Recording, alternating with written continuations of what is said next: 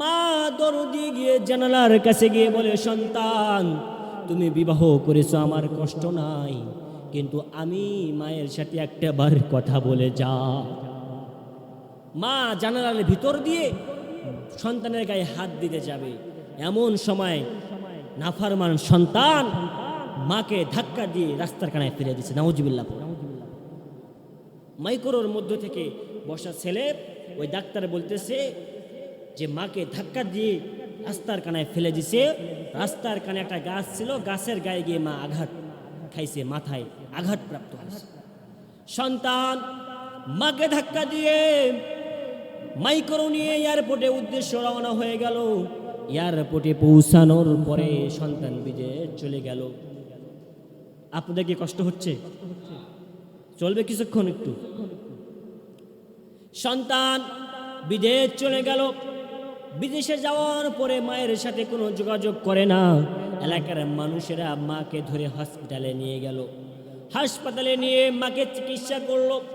মা সারাদিন কান্না করে, আমার সন্তান আমার সাথে যদি একটা বার কথা বলতো, আমার মা আমার সব দুঃখ ভুলে যাইতাম। একটা বার যদি আমার সন্তান কথা বলতো। আল্লাহ ছাড় দেয় কিন্তু ছেড়ে দেয় না। আল্লাহ ধরে না ধরলে কিন্তু কি ছাড়ে না।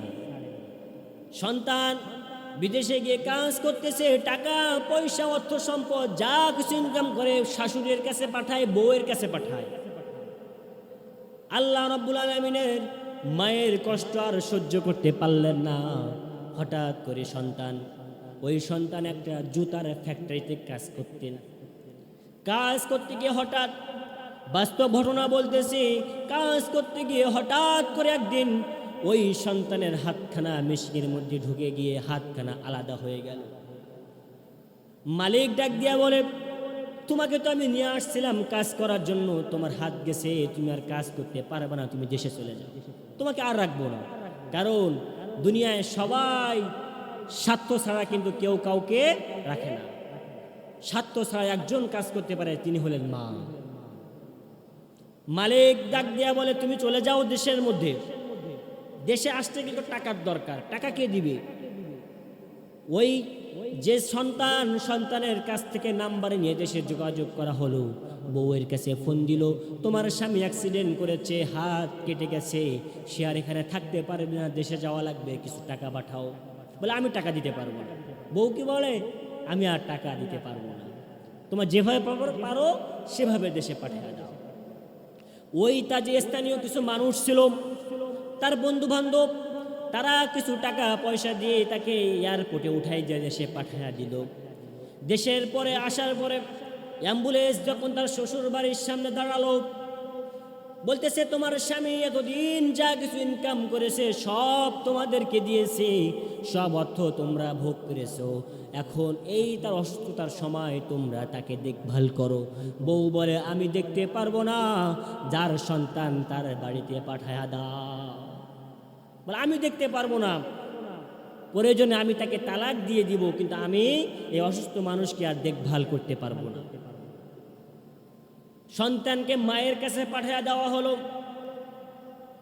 মা দুঃখিনী, সারা জীবন আল্লাহর কাছে দোয়া করেছে, আল্লাহ আমার সন্তানকে আমার কাছে ফিরাইয়া দাও।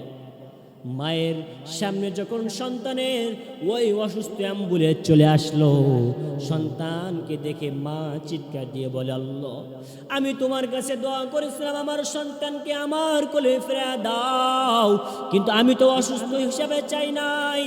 মা কাঁদতে কাঁদতে কাঁদতে কাঁদতে সন্তানের চোখে একবার চুমা দেয়, মুখে একবার চুমা দেয়।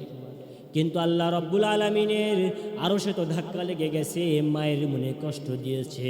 যেখান থেকে হাতটা কেটে গিয়েছিল ওখানে অটোমেটিক পচন ধরা শুরু হয়ে গেছে। ডাক্তারের কাছে নিয়ে যাওয়া হলো। মা সন্তানকে ডাক্তারের কাছে নিয়ে যাওয়ার পরে ডাক্তার বলে, তার হাত যে জায়গা থেকে কেটেছে ওখান থেকে যে পচন শুরু হয়েছে, আর হাত কাটা সম্ভব না, যে কয়দিন বাঁচে এইভাবেই বাঁচতে হবে।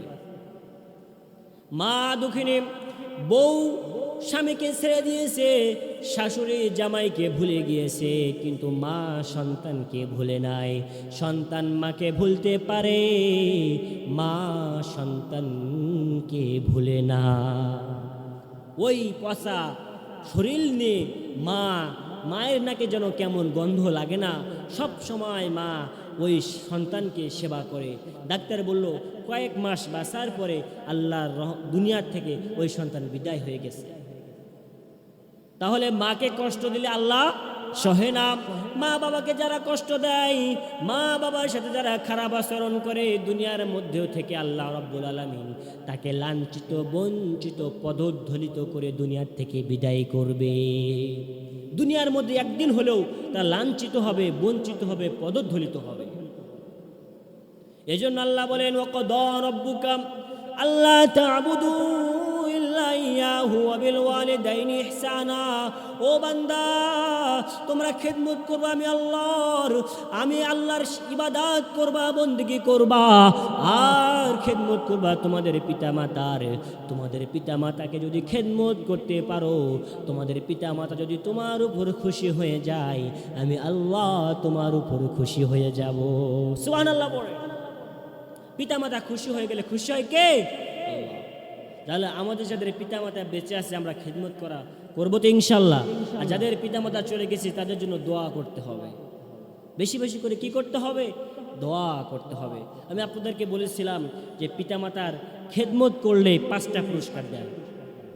শুনবেন, 5টা পুরস্কার আল্লাহ দেয়। সর্বপ্রথম পুরস্কার দেয় সেটা হলো যে সমস্ত সন্তান পিতামাতাকে খেদমত করে ওই সমস্ত সন্তানদের হায়াত বাড়ায়া দেয় আল্লাহ। হায়াত কি করে? বৃদ্ধি করে দেয়। কারণ সন্তানের জন্য পিতামাতা সর্বপ্রথম একটা দোয়া করে যে আল্লাহ আমার জীবনের বিনিময় হলেও আমার সন্তানের হায়াত তুমি বৃদ্ধি করে দাও। কারণ সন্তান বেঁচে থাকুক এটাই সব বাবা মা চায়। যখন কোনো সন্তান ভূমিষ্ঠ হয়, মানুষ এসে যখন মিষ্টি নিয়ে আসে, জামা কাপড় নিয়ে আসে, দেখবেন মা ডাক দিয়ে বলে জামা কাপড় আনার দরকার ছিল না, দোয়া করো আমার সন্তানরা যেন বেঁচে থাকে। ঠিক কিনা? মানুষ যারা টাকা দেয়, পয়সা দেয়, বলে টাকা পয়সা দেওয়ার দরকার নেই, দোয়া করো আমার সন্তান যেন কি থাকে? বেঁচে থাকে।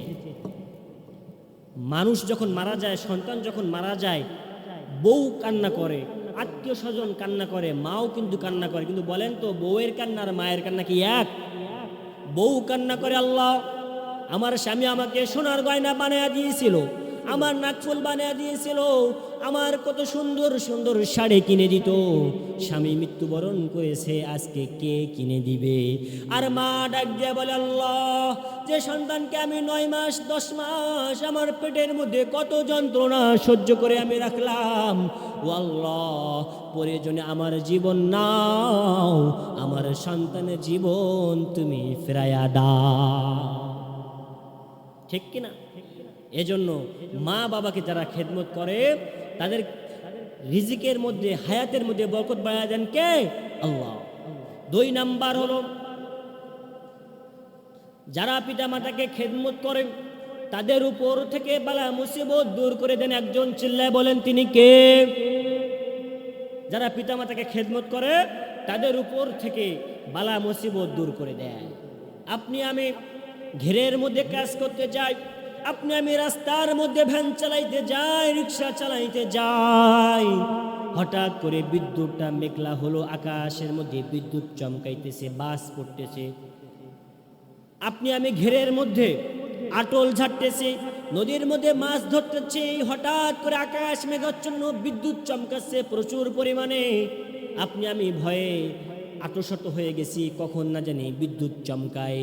কিন্তু বিদ্যুৎ চমকানো শুরু হতে দেরি আপনার আমার মা বাবা যাই নামাজ বিছায়া দিয়ে আল্লাহর কাছে দোয়া করতে দেরি হয় না, আল্লাহ আমার সন্তানটা নদীর মধ্যে, আমার সন্তানটা রাস্তার মধ্যে, আমার সন্তানটা বিলের মধ্যে, আল্লাহ বিদ্যুৎ চমকায়, তোমার কাছে ফরিয়াদ গো আল্লাহ আমার সন্তানের উপর থেকে সকল বালা মুসিবত তুমি দূর করে দাও।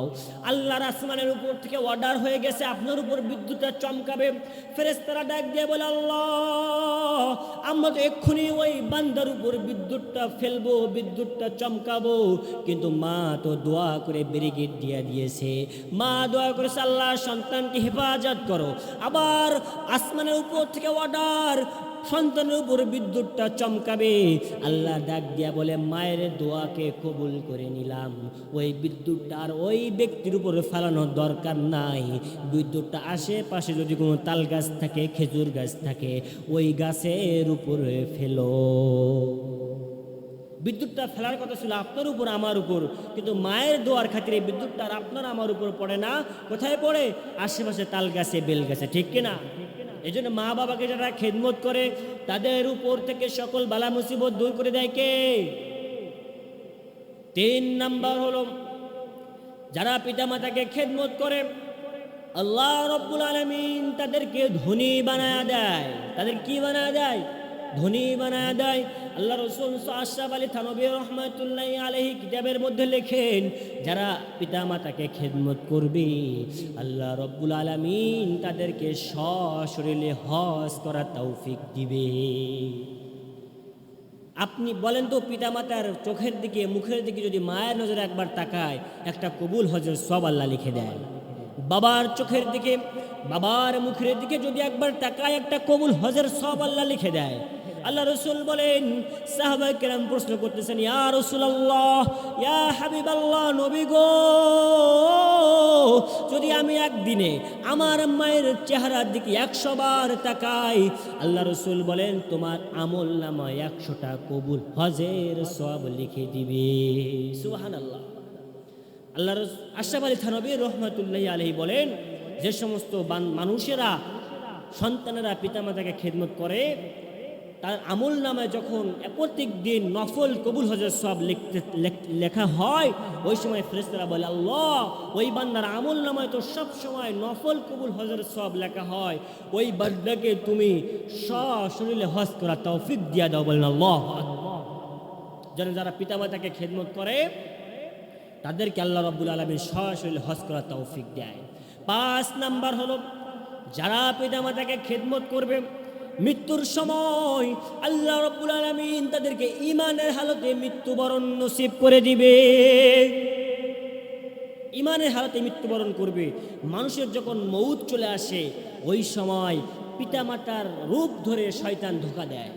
যারা পিতামাতাকে খেদমত করে তাদেরকে আর সন্তানের ওই পিতামাতার রূপ ধরে সন্তানকে আর ধোঁকা দিতে পারে না। এজন্য আমরা আমাদের যাদের পিতামাতা বেঁচে আছে তাদের জন্য খেদমত করব। আল্লাহ রাসূল বলেন, হুমা জান্নাতুকা হুমা নারুকা, এই পিতামাতা তোমার জান্নাত, এই পিতামাতা তোমার জাহান্নাম। যদি যাদের পিতামাতা বেঁচে আছে তারা যদি পিতামাতাকে খেদমত করে জান্নাত পয়া না নিতে পারে, আল্লাহ রাসূল সাল্লাল্লাহু আলাইহি ওয়াসাল্লাম বলেন তারা ধ্বংস হয়ে যায়। তারা কি হয়ে যায়? ধ্বংস হয়ে যায়। তাহলে আমাদের যাদের পিতামাতা বেঁচে আছে তাদেরকে খেদমত করতে পারবো না ইনশাআল্লাহ? আল্লাহ রাব্বুল আলামিন আমাদের যাদের পিতামাতা বেঁচে আছে তাদের নেক হায়াতগুলো আরো বৃদ্ধি করতে পারেন, আমিন। যাদের পিতামাতা চলে গেছে, আপনি আমি সন্তান, তাদের সম্পদ আমি ভোগ করতেছি, তাদের অর্থ আমি ভোগ করতেছি, তারা মাত্র 3.5 জায়গায় ঘুমায় আছে কবরের মধ্যে, তার অর্জিত সব সম্পদ আপনি আমি ব্যবহার করতেছি, কিন্তু আপনি আমি খোঁজ করি না যে আমার বাবা, আমার মা কবরের মধ্যে কেমন আছে, তার জন্য একটু দোয়া করব, তার জন্য একটু সবরেসানি করব, তার জন্য একটু দোয়া করে আল্লাহ রাব্বুল আলামিনের কাছে আল্লাহ যেন তার জান্নাতটা, কবরটা জান্নাতের বাগান করে দেয়, এই দোয়াটুকু করার মতো সময় আপনি আমি সন্তানের হয় না। তার কবরটা জিয়ারত করার মতো সময় আপনি আমি সন্তানের হয় না। আপনি আমি যদি আমার বাবার কবর জিয়ারত না করে, মনে রাখবা মুসলমান, আমার সন্তানও আমার কবর জিয়ারত করতে যাবে না। তুমি যদি তোমার সন্তানকে নিয়ে দাদার কবর জিয়ারত করতে যাইতা, তুমি মারা গেলে তোমার সন্তানও তার ছেলে মেয়েদেরকে নিয়ে তোমার কবর জিয়ারত করতে চাইত। এজন্য যাদের বাবা মা চলে গেছে, আমরা প্রতি সপ্তাহে একবার, প্রতিদিনে একবার, মাসে একবার হলেও আমরা যেন তাদের কবরটা জিয়ারত করি। আল্লাহ রাব্বুল আলামিন যেন আমাদের সকলের আব্বা আম্মা যারা চলে গেছে সকলের কবর আযাব মাফ করে দিয়ে সকলের কবরখানা জান্নাতের বাগান বাজান পড়েন, আমিন। তাহলে আমাদের অনুষ্ঠান ইনশাআল্লাহ আমরা আগামীতেও করবো, আরো বড় করে করার চেষ্টা করবো ইনশাআল্লাহ। আমাদের বাবা মা যারা চলে গেছে তাদের সবরেসানি করে, তাদের রুহের মাগফিরাত কামনা করে আমরা যেন প্রতিনিয়ত, প্রতি মাসে, প্রতি বছরে যেন সুন্দরভাবে তাদের দোয়ার একটা আয়োজন করতে পারি। আপনি আমি যখন মসজিদে আসি, কোনো মাহফিলে আসি, আপনার আমার বাবা, আপনার আমার মা, আপনার আমার কাছে এসে বলে, ওগো আব্দুর রহমান, ওগো আব্দুল সত্তার, ওগো আব্দুল জব্বার, তোমরা যাইতেছো কবরের মধ্যে, আমরা খুব কষ্টে আছি, আমাদের জন্য কিছু হাদিয়া পাঠায়ো, কিছু তোহফা পাঠায়ো, যাতে করে আমরা একটু শান্তিতে থাকতে পারি। আপনার আমার বাবা, আপনার আমার মা, আপনার আমার দাদা দাদি, নানা নানি, আত্মীয় স্বজন আপনার আমার ঘরের দুয়ারে এসে এসে তারা রোনাজারি করে, কিন্তু আপনি আমি তো শুনতে পাই না। এজন্য আল্লাহ রাব্বুল আলামিন যেন আমাদের এই তাফসীরুল কোরআন মাহফিলকে, আমাদের দোয়া অনুষ্ঠানকে আল্লাহ কবুল করে